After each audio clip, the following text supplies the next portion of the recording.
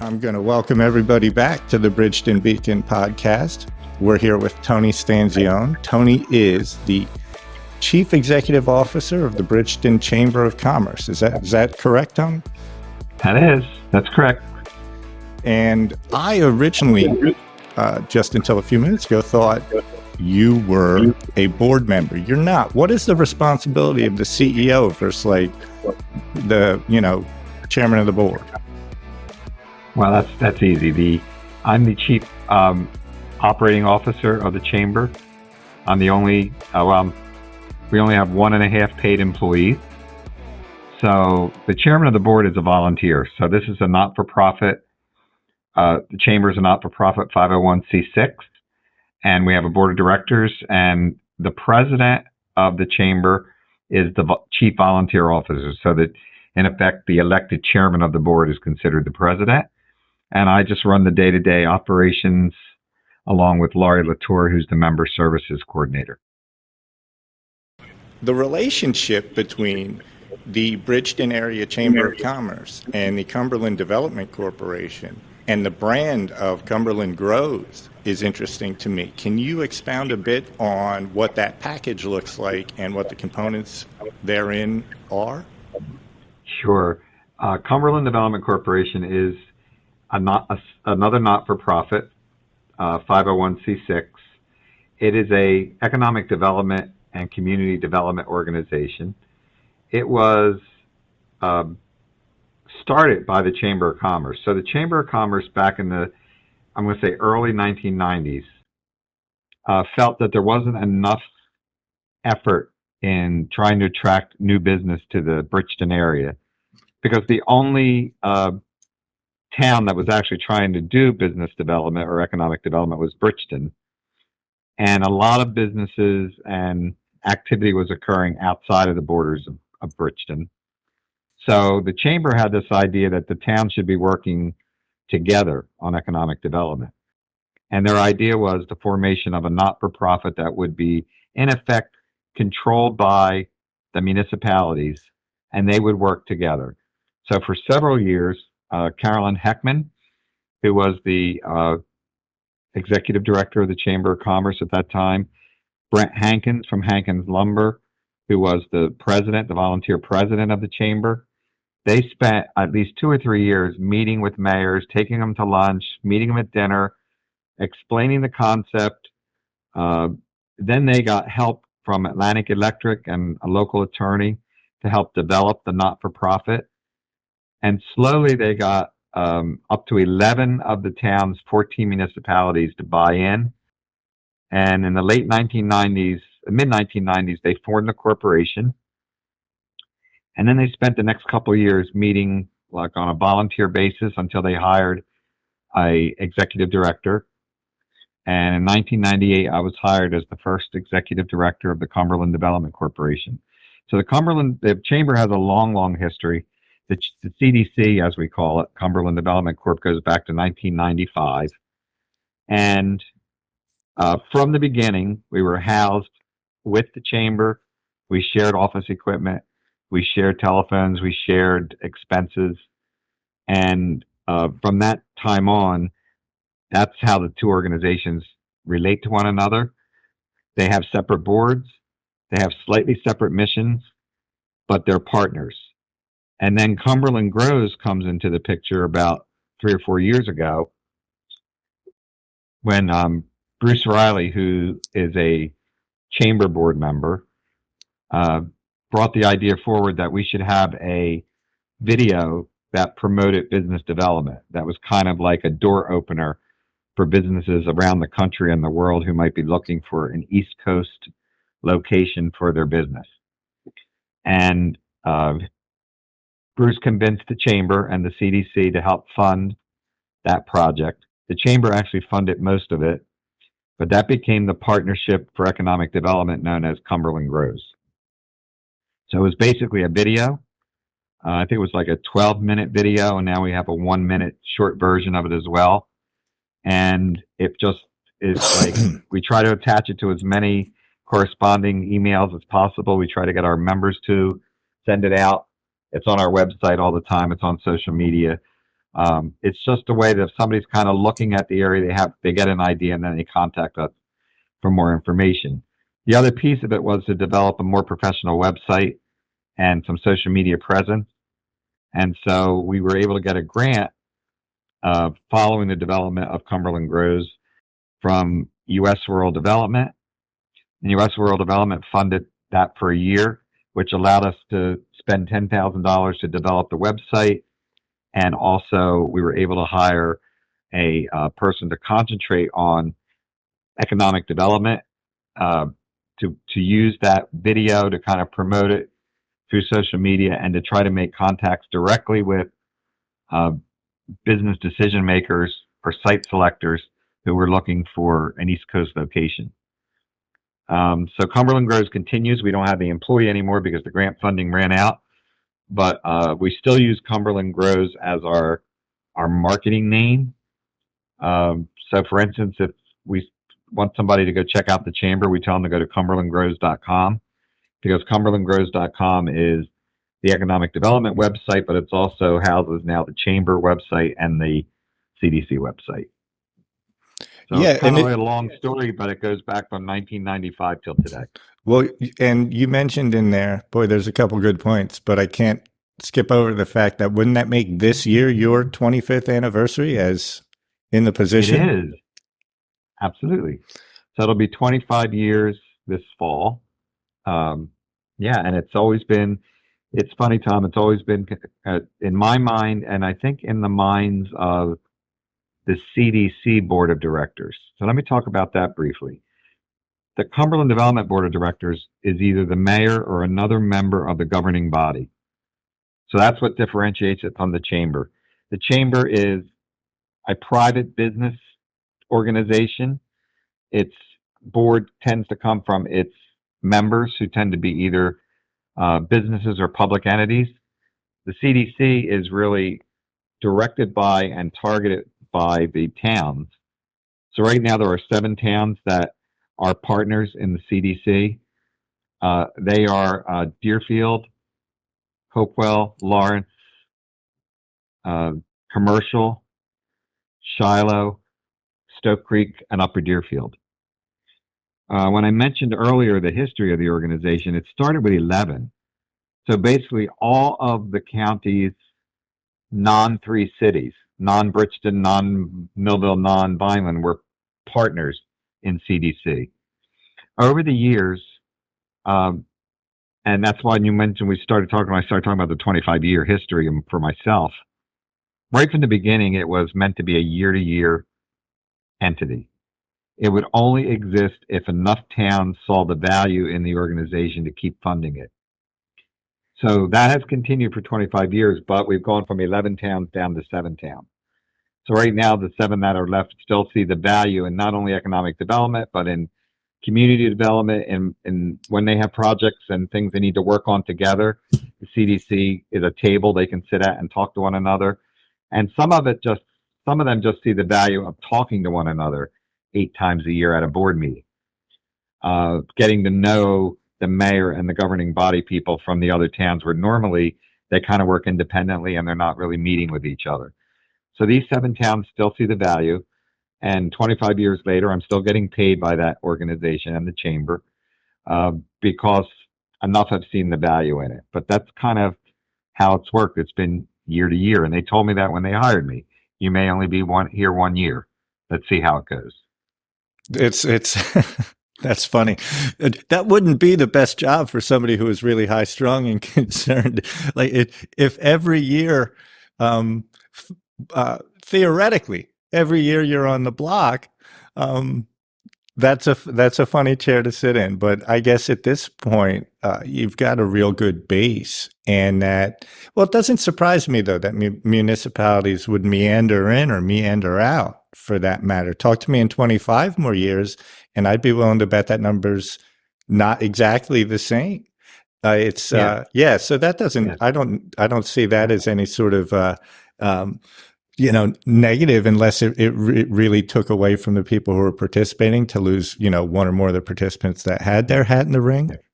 But there are some key municipalities at this point: Hopewell, Upper Deerfield, are the largest contributors to the budget.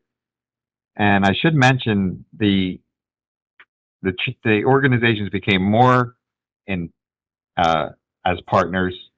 I don't know the exact year, but I'm going to say maybe close to 15 years, maybe a little bit longer. The Chamber of Commerce was between executive directors. So there was always an executive director of the Chamber of Commerce and an executive director for CDC. And, but the Chamber always had a part-time person while the CDC had a full-time person. And the chairman of the board at that time of the Chamber said, well, we're looking to replace our part-time executive director. Why don't we make a deal with Cumberland Development Corporation to share their full-time executive director? Because there wasn't always a full schedule of stuff for me to do, honestly, because economic development goes in cycles. You can have a really busy time, and you can have a time when there's not much happening in the area, like if there's a downturn in the economy. So at that point, that's what happened. So I became the executive director of both organizations, and they have an interlocal agreement that would be a government term. So they have a working agreement that goes on every year unless one of the two groups wants to pull out of it. And that in effect has helped continue the CDC, even though it has gone down from 11 towns, as I said, down to 7. It's able to fund itself because the Chamber pays the Cumberland Development Corporation for part of my services. Makes sense. It made a lot of sense. I'm sitting in the same office. We didn't have enough work for really 2 people to do. So let's see if we can get Tony to do both jobs. And honestly, the 2 missions are not that different, and they do overlap at times. I think it was for me and for the stability of the CDC, it was a great decision. And it actually also helped the Chamber because now they had a full-time person every day in the office, even though my job responsibilities are split all the time. No, that makes all the sense in the world. And then that almost is the first thought I had when you described how what the original sort of conglomerate formed around. I was like, well, that does make a lot of sense. Even if some of them are, as you say, leveraging it as a tool where they're just mixing and mingling with other people in the same chair 8 times a year. If nothing else, you would think that would lead to opportunities of vendor discussions, potentially even the opportunity to, buy with more negotiating power if you have a similar project with out to bid with the same vendor, and again, I'm not a lawyer. I don't know if what I'm proposing here is even legal, but that would be a conversation I would have if I was around the table with any other decision maker of any ilk in some type of niche. You would say, well, who are you dealing with? How's that working? Oh, we found this great new software for this or that. You should check it out. So things like that come up just among business people. And that's, at the end of the day, that's what you're dealing with here. So I see tremendous value in that, and would argue, or would rather wager, that there's ROI hidden in those there hills based on just open communication with people who've had to solve a problem that you're now going to face. Yeah. So yes, you don't know what you're talking about, but you do. So you're very much on point, because there are like several examples over the years where these mayors being together at that table, or the mayors having at least a relationship with the private business people who tend to be the board members of the chamber. I mean, CDC was formed with a tagline called public-private cooperation. So it was formed with the idea that it would be government, semi-government, but there would be a connection to the private side as well. So to bring those two together. So as an example, maybe this is one of the prime examples in terms that some of the mayors will argue for the value of Cumberland Development Corporation, even if a new industry has not moved into your town, even if 100 new jobs hasn't been created in the past X years. The New Jersey, when they were putting a budget together, I'm going to say it's probably 15 years ago, they were going to start to charge the rural municipalities for state police protection. So towns that are at a certain population or less are covered by the New Jersey State Police. They do not have their own local police department. And that was very close to taking effect, and it would have cost, at that time, the 11 towns that belonged to CDC millions of dollars a year. Almost a terrible, terrible increase in taxes for the residents. And so the CDC was the first place that talked about how are we going to fight the state? How are we going to stop this? And then the League of Municipalities got in touch with us because they knew we were 11 towns at one table. And then eventually, with the help of some local attorneys and the League of Municipalities, CDC and the League, we wound up with municipalities across the state working together. And there's a little known part of state government called the Mandates Council. And what that is if the state imposes some new rules on municipalities that causes them to spend a significant amount of money, and there's no tax revenue from the state or no help from the state to pay for that, the towns can go to this special council and say, this is not right, this is not fair. And we were able to do that in one of the few cases where the council overturned the state. And so to this day, the state still has to supply free state police coverage to the municipalities. So it didn't just benefit our 11 towns, but it benefited all the rural towns throughout the state of New Jersey. And the way we took the lead was they needed one town to pass a resolution immediately. There was a time constraint. And the borough of Shiloh, the smallest town that's part of CDC, had the right kind of government where they could pass that resolution really quickly. And so the whole effort to fight that state police fee across the state started with the borough of Shiloh because they were part of CDC. So when a town leaves CDC now, the mayors always try to convince them to stay by saying, you realize if CDC wasn't around at that particular time, most likely you would all be paying millions of dollars for local police. In other words, you'd be paying the state police, you would have had to form your own local police department, which is very complicated, very expensive, lots of legal exposure to lawsuits and all of that. So that was just one example. We've had others where the towns wanted to work together on emergency medical services. So we worked with Inspira Health Funded. We did a study for about a year. We brought all the towns to the table. It didn't result in one of the options was to try to merge all the EMS units together in the county into one service. It didn't wind up with that, but we were the ones who were able to organize the towns and to run that study. And then there's the last one I'll mention is state of New Jersey provided funding for towns to do joint planning together, to put together what they called regional plans. And we were one of the first groups of towns that worked on a regional plan. And that was probably about a 2.5-year process, but we were chosen because we had the 11 towns together. And when we did that regional plan, it was called the Cumberland. It was called the Western Southern Cumberland Regional Plan. It had a long name because it covered all the municipalities in the county except Vineland, Millville, and Bridgeton because the state looked at them as a different type of entity. They were large enough to do their own planning, have their own plans for the future. In this case, we tried to put together a plan for 11 municipalities. So it was kind of interesting and it was fun. And there's been lots of examples like that. Like right now, I'm working on, have been working for a few years on and it goes to what you said, the cost of animal sheltering to the towns has become very high. And they're looking for an alternative or a better relationship with the vendor that they currently use. So CDC became the focal point of getting not only towns in Cumberland County, but also towns in Salem County together to talk about that and to try to find a solution. So there's just 3 or 4 I can think of that are non-economic development related, but we've worked on over the years because we're here. And that's an active effort, the animal shelter discussion? It is, yeah. It's been going on for a couple of years now.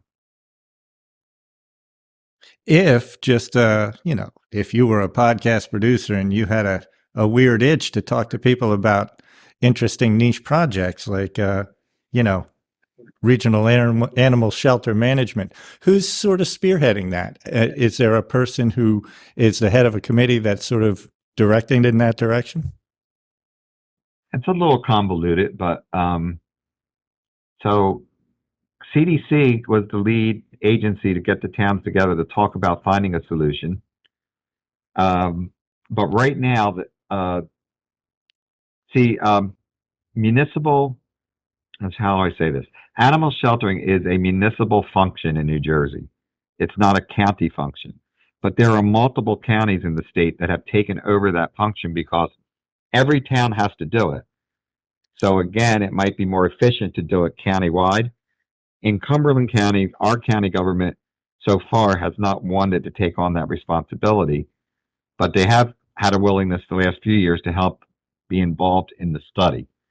So right now there is a feasibility study to look at all the options for animal sheltering in Cumberland County, and that's being run by Cumberland County government. So Cumberland County administrator, Cumberland County deputy administrator, and the Cumberland County chief financial officer are involved. But there's a private company that has been studying the subject and will be coming up with some recommendations later this year. Fascinating. So who would you talk to? I think I would tell you to talk to two people. Mayor Abigail O'Brien from Deerfield Township she's the chair of Cumberland Development Corporation, but she's also the chair of the Municipal Animal Sheltering Committee. So she's a volunteer chair of that. The work that's being done with the consultant, excuse me, is being done by the county, and that contact will be Jeffrey Ridgway, who is the chief financial officer for Cumberland County government. Cool. Wait, that rings a bell. Wonder if I went to school with him. Yeah, that's the other reason I like these Cumberland County sort of chats, and is invariably I'll hear names that raise questions like, wait, that sounds familiar. Very interesting. Mayor of Pittsgrove Township for a while. All right, so that's to your point. I didn't know what I was talking about, but that's kind of the shape and size of the benefit I could see of just putting heads together regularly in that position. All right, well that's a cool little unlayering of the onion for the kids at home who it's hard to find some really good, engaging municipal government discussion these days on YouTube. So I feel like we're going to go viral, Tony. I feel like we're going to be Instagram stars with all this exciting content we're doing. But that is good stuff, and I see the power in that. I'm not actually making light. So that's cool. What else is going on in terms of larger? So that you describe an initiative that has an associated committee and some relationships. Are there any other very high level efforts other than, well, just general economic development? Is there anything else that's been going on or that's active now that's an interesting piece of development or contention, perhaps? No, there are some interesting economic development in the last 2 years has really been interesting for me, more than it had been for the past several years, because there's interest in several of the towns that I work for. There are a couple of very specific projects that are on the horizon, like maybe within the next few months will be announced.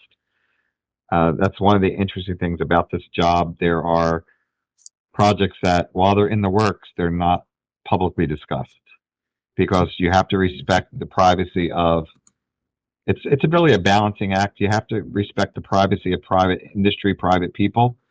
They may be making a decision to move from one state to another state or one town to another town, and they really don't want those plans public until they absolutely have to be. And you have to balance that with being a partner with local government, and local government has a responsibility to be public and open and transparent. So while I have two I would love to talk to you about right now because I think they're going to happen in the next few months, I can't do that. All I can say is there are at least two that are I think, going to be announced in the next several months, and they will be significant contributors to jobs and tax revenue for the communities, and not just the communities they're in, but will extend beyond those boundaries. So I'll leave it at that. I really think one of the things I don't want to lose uh, sight of is talking a little bit more about the Chamber of Commerce, because a lot of what we talked about so far really Oh, related to the certainly. Cumberland No, Development Corporation. the floor is yours. So the Chamber of Commerce is, I think, vital, and thankfully we're growing in membership. We have been growing the last 2-3 years, even through COVID-19 restrictions and business slowdown. In some awkward ways, I think that helped us, because we were able to continue to provide information and provide meetings, and we did it through Zoom. So we were able to do it throughout the pandemic, and we played a really important function in getting state and federal information down to the local business level and to the local community level. I would say, people ask, like, was it really slow during COVID? No, it was really busy for me, because we got information constantly coming, whether it was health information from county health department, health information from the state health department, business help from the state, from the federal government, from local government. So my job, along with Laurie's, was to put information out constantly. We had emails go out almost every day for, I'm going to say, at least a year and a half. And they couldn't wait sometimes till Monday morning. So if information that was important to employers or workers came in on a Friday night and you wanted to get it out as soon as possible, we did it over the weekend. So how did that help us? That helped us establish even a better relationship with our members. And it also helped non-members who got on our mailing list, email list, to realize they were missing information regularly that they weren't getting because they weren't members of the chamber. So I believe our membership has grown because of those efforts, and because people have realized there's a value in business people working together, just like there's a value for these 7 municipalities to work together. So how do we do that? We do that with joint meetings where people can network. So a lot of networking now is social media driven. It's online, but there's still relationship building that I believe has to take place face to face, hand to hand, person to person. So we provide that opportunity still, and especially a new business, a smaller business, it's really a very efficient and cost effective way to promote your business. So our average membership is about $200 a year. So if you break that down by the month or by the day, it's very little that you're spending to promote your business. I think that helped. And I think newer businesses realize that you can't necessarily always build a personal relationship that leads to business by social media and the internet. That sometimes people have to get to know each other beyond a screen and beyond a phone and beyond a computer. So I really think that's helping us grow. And so we do our regular type of networking lunch or breakfast meetings. We're back to those. We partner with Rowan College of South Jersey and others to provide educational opportunities for their employees and for the business owners. And we try to have topics that are of interest to them. We're making an effort to reach out to the Hispanic business community in Bridgeton. So there's about 220 chamber members right now. Off the top of my head, maybe 5 or 6 of them are Hispanic-owned businesses. So we just had an event this Thursday. It was a joint effort of the Rotary Club, the Chamber of Commerce, the CDC, the City of Bridgeton, and Bridgeton Main Street, to try to get people to come downtown and shop, and also to reach out to the merchants downtown and explain to them that we're going to promote this for you. We're going to promote a sidewalk sale. All we need you to do is be open, to say you want to be a part of it, to put some merchandise or a table out on the street, to give away a prize, to do something to help. We're going to do the promotion. So we did that. It was relatively successful. We didn't draw thousands of people downtown, but there was more activity than usual. But most important, we now have strengthened, at least I want to say, start to strengthen our working relationship with the Hispanic business community. We do that we've been doing that for a couple of years. We have a committee of the chamber called the Hispanic Business Committee, and there's about 8 to 10 people on that committee. And you really need to speak Spanish at this point to communicate with, I would say, 80 to 90% of the businesses downtown in Bridgeton. And I cannot do that. Laurie cannot do that. So we really rely right now on our volunteers. Minerva There's a group Alvarado. of volunteers, Minerva Alvarado for sure, and several others who help us with that communication effort. But they're also very committed to the chamber and to the idea of businesses working together and revitalizing downtown Bridgeton. That's So that's fantastic. what the chamber is up to. That was a cool event. We got to chat with Minerva, and we put out a video a week or two ago about the sidewalk sale and the business expo. And I don't know, it was maybe just 3 or 4 minutes of Minerva and I chatting. But yeah, very cool initiative. And it seems like that's probably a great committee to have active now, particularly if the percentages you mentioned are anywhere within a variability of correctness. Heck yeah, that's your downtown. Sure. So, taking a very bilingual approach at this point in time is, if anything, maybe overdue. Let's crank it out. And I'll tell you what, when I'm in Florida, I always tell people 9 out of 10 of the businesses I prefer to go to for some local fare, I'm the only guy even pretending to try and order in English. So I just go for Spanish, and, they try and help me note my progress as we go along. But that's my favorite part of the downtown here. So anybody who's not engaging with those shops, those restaurants, a taqueria or Inca Chicken or any of those places, that's where it's at. Absolutely. And that's just having the food conversation. But for sure, see the value in terms of commerce. And that's a draw. Like, people are coming through and by and to the town for any number of reasons. So sort of rounding out their experience by letting them know, there's this whole other facet to the town that serves you with amazing things, whether you're driving through town to Millville to go to the track, whether you're in town, to do sightseeing, or you're in town for a business meeting, you're in town to see relatives. That's a big number to put on their menu if they're currently unaware. Yeah. So what Megan and you do with the Bridgeton Beacon really falls into that category of, like, this event, the Downtown Business Expo and Sidewalk Sale, was really an effort to two things: to start to bridge the gap with the Hispanic business community downtown, but also not to lose sight that there's also other ethnic groups and that have businesses downtown. It's always like when you focus on one, you feel like you're not focusing on the other. So I want to make sure we don't lose sight that it's not strictly Hispanic-owned business downtown. There's still a mixture. And the other point was, I'm forgetting the other point I was making, but it had to do with, we wanted to strengthen our relationship with the businesses, but we also wanted to try to get people that surround us, that are either in the townships right around Bridgeton or even Vineland and Millville and Salem County, to come to downtown Bridgeton.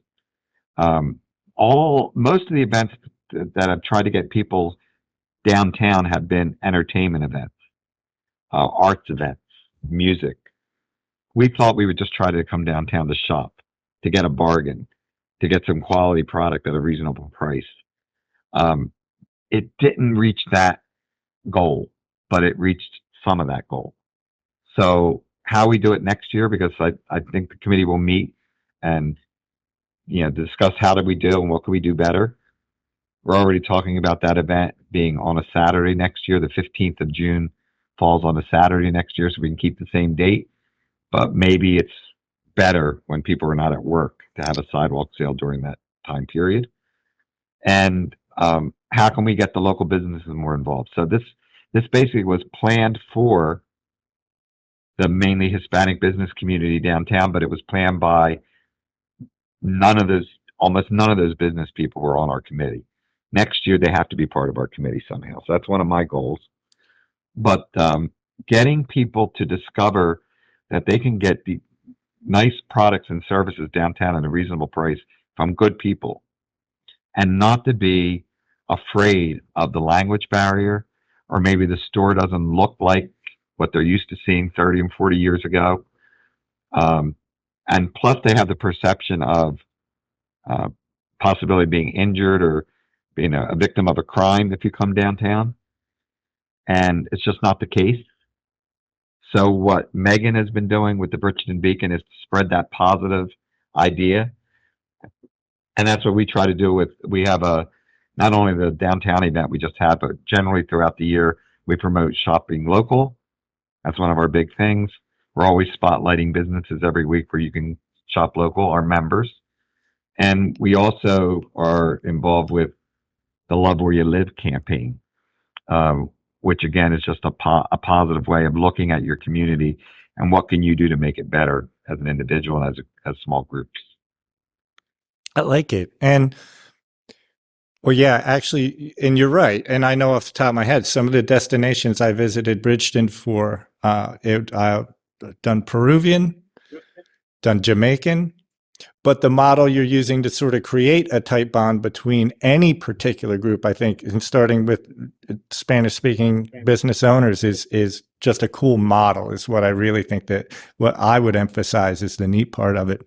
So, yeah, and to get engagement, with all of those groups, either through committee, but it's, I think that's a wonderful move. And those, like I said, that's what I discovered last trip to Bridgeton was I've gotten into Peruvian, even did a little feature on Shanti Jamaican restaurant. So there's just gems downtown for sure. Well, and actually all around, Los Mocajetes, is a new favorite of mine. I'll stop. This isn't a food podcast, but to your point, I'm pretty excited about what I've discovered. So it's we had a joint meeting of the Rotary Club, the Chamber, and Main Street at lunchtime in the middle of this event on Thursday, which was well attended, and it was very, very positive. It was just like we're trying to do something out on the street all day, and in the middle of that, we have to stop and go to lunch. It was a little taxing on time and all that, but it worked out great. But one of the Rotary members actually is working on a project where he wants to promote all the restaurants that are in the area. So almost like going restaurant to restaurant and videoing and introducing them and getting people to.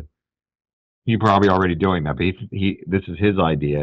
Love it. And then somebody else in the crowd said they want to do like a crawl from restaurant to restaurant. Like you'd have your appetizer one place, another part of your meal at another place, dessert at another spot, drinks at another spot. So there's ideas floating around to do that.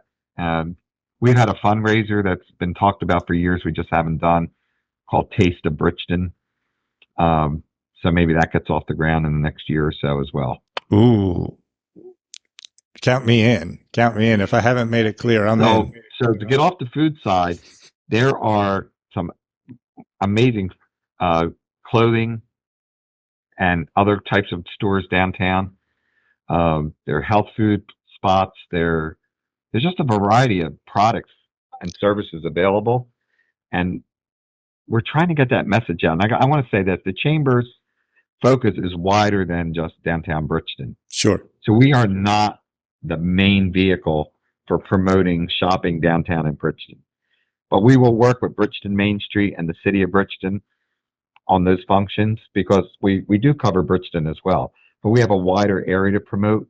So I often find myself like in an interview like this saying, we don't just cover downtown Bridgeton, but we will help because it's one of our central communities. It's really important to everybody. I've heard this from mayors for most of the time I've worked for the CDC. They're concerned about some of the issues that Bridgeton faces, but they also recognize that they can't be anti-Bridgeton because you can't have a vibrant Hopewell or a vibrant Upper Deerfield if people have to drive through a town that's not vibrant and not making progress. So they still need to work together and they still need to support each other. And for the most part, they do. Yeah, there is a lot of great stuff all around Bridgeton. And there's a bunch of cool businesses. Whenever I'm out on Route 77, I find myself thinking, ooh, I'd like to talk to those guys over at Rourke's Farm Equipment about some of those big toys they've got parked out there.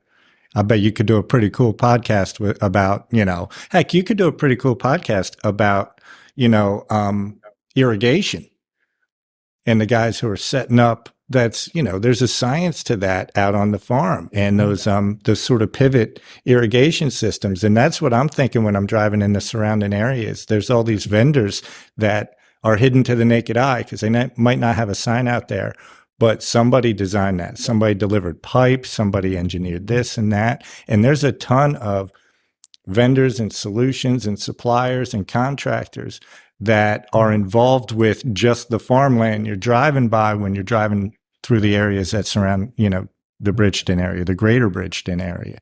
So I do appreciate that. I don't know if I always did growing up, but I do now, understanding a bit behind what it takes to run those operations. So just that. And I'm a sucker for great big equipment. So if anybody at Rourke's wants to talk about great big equipment, reach out to us at the Bridgeton Beacon. We will take your call. We've exhausted my my intelligent questions. So, but I've got second and third level questions just at the ready. What I will say, is there anything else you wanted to talk about? Any goings on? Sure. Anyone who's you should give a shout out to because they've in some exemplary way contributed to the chamber recently.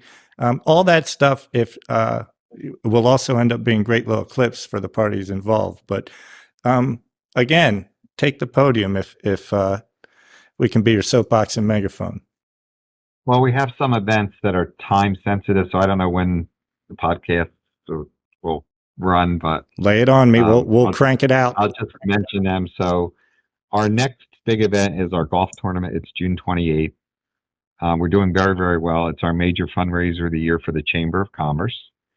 By the way, the Chamber, because we have about 220 members, we don't survive just on membership dues.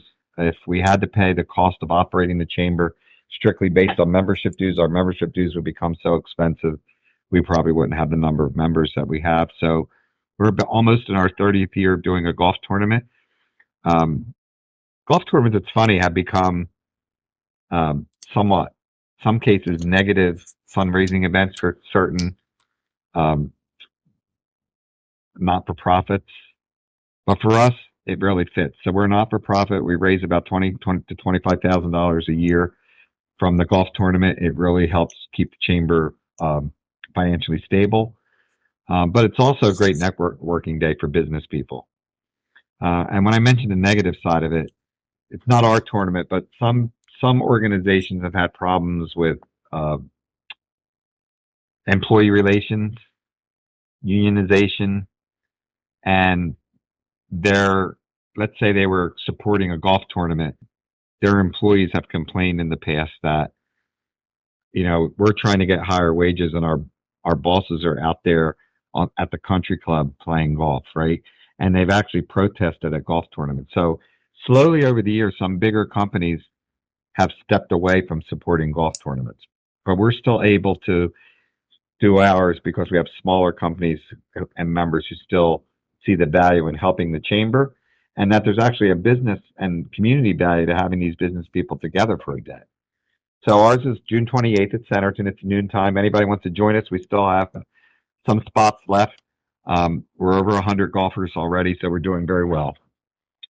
The next event is a really fun one. This is July 18th. It's called Dog Days of Summer because it's a fun food, wine event at Cedar Rose Vineyards in Rosenhain. It is a fundraiser for the Cumberland County Sheriff's Department K-9 unit. So we're going to have music and food and wine and games, some basket raffles. We're asking people to bring their loose coin in for a coin drop for the unit. And so whatever money we make off of that event is going to go to the Cumberland County Sheriff's Department K-9 unit. but it's a fun event as well. So it's a summer evening at Cedar Rose, and you can bring your dog along. So dogs are free as long as they come with a human being who pays $35 or more to attend. And so it's a fun night. Why it's called Dog Days of Summer. So come out and enjoy. You can contact the chamber office. You can get information on any of our chamber events at cumberlandgrows.com/event. So cumberlandgrows.com/events. You can get information and you can register and you can pay for any of our events. So that's the last big event we have till the fall is July 18th, Dog Days of Summer at Cedar Rose. It's for a good cause and we're going to have fun. We had a wine event last year. It wasn't a fundraiser. It was just a social night and people had a blast. So we're combining the two things together this year on July 18th. Awesome. And then after that, we head to the fall. When you look at our events calendar at cumberlandgrows.com/events, you'll see, starting in September, we celebrate Hispanic Heritage Month with a special event, September 19th. And then on November 1st, I'll just jump to that one because it relates to today. November 1st is our annual Heroes Awards. So we give out awards to individuals that are nominated in the community for special things they're doing to help the community. And we also honor businesses and we honor people for lifetime achievement and for achievement in leadership of the community. So that's November 1st. It's a long way off yet, but our nominations for that are taking place now, and we'll be announcing recipients of those awards sometime in July. Cool. And I'm sure we'll have the opportunity to put that out there again between now and October or now and November events. We're at your disposal. Don't hesitate. That's all cool. Golf tourney, June 28th, and the Cumberland County Sheriff's Canine Fundraiser, the Dog Days of Summer at Cedar Rose, is July 18th. Yep. All right, cool. Dogs get in free with a paying accompaniment. And awesome, Tony. If we can be of further service to your efforts in any measure, understand that's a big part of what we're here for, promoting the area in any way generally. Certainly if on the salesman side, if there's additional channels that we can help activate for anybody in any way, I know Meg will be pursuing, as the Bridgeton's a nonprofit at this point, she'll be pursuing funding around projects that promote economic development through media, promote history and so forth. So the opportunity, hopefully in the near future, will be to get great quality content outside of some of the people who are already jumping into sponsor content, is through some of the fundraising efforts on that side to underwrite additional efforts and ancillary efforts. And what that does is just simply create a larger media footprint where, somebody who sponsors here today, or whether it's Little League scores or they want to talk about water treatment or ketchup or whatever, to, somebody who down the road wants to do a whole series of content, be it an organization or a business. Hopefully those are all things that as we take baby steps and create more and more value, become channels of value to anybody who's interested. Like, that's our sort of a vision for our goal, is to be an arm or a soapbox and megaphone towards any of the goals that sort of overlap with yours. So again, at your service, we so appreciate your time. We're certainly, Meg will be tapping you on the shoulder in the future for more input, I'm sure. But in the meantime, thank you very much. We'll send everybody to Cumberland Grows. We will promote the two events that you just mentioned that are in short order as quickly as possible, and we can definitely circle back before October and November, and we'll talk some more about those in the awards ceremony and how the nominations have shaken out. We'll be the behind-the-scenes reporters, if you will. Yeah, I just thought of this, too. Meg did a series of interviews with some of the award winners last year leading up to the event, and I think that was really helpful. So. Oh, great. Yeah. I recall, I think, wasn't Bruce Sharp on that list?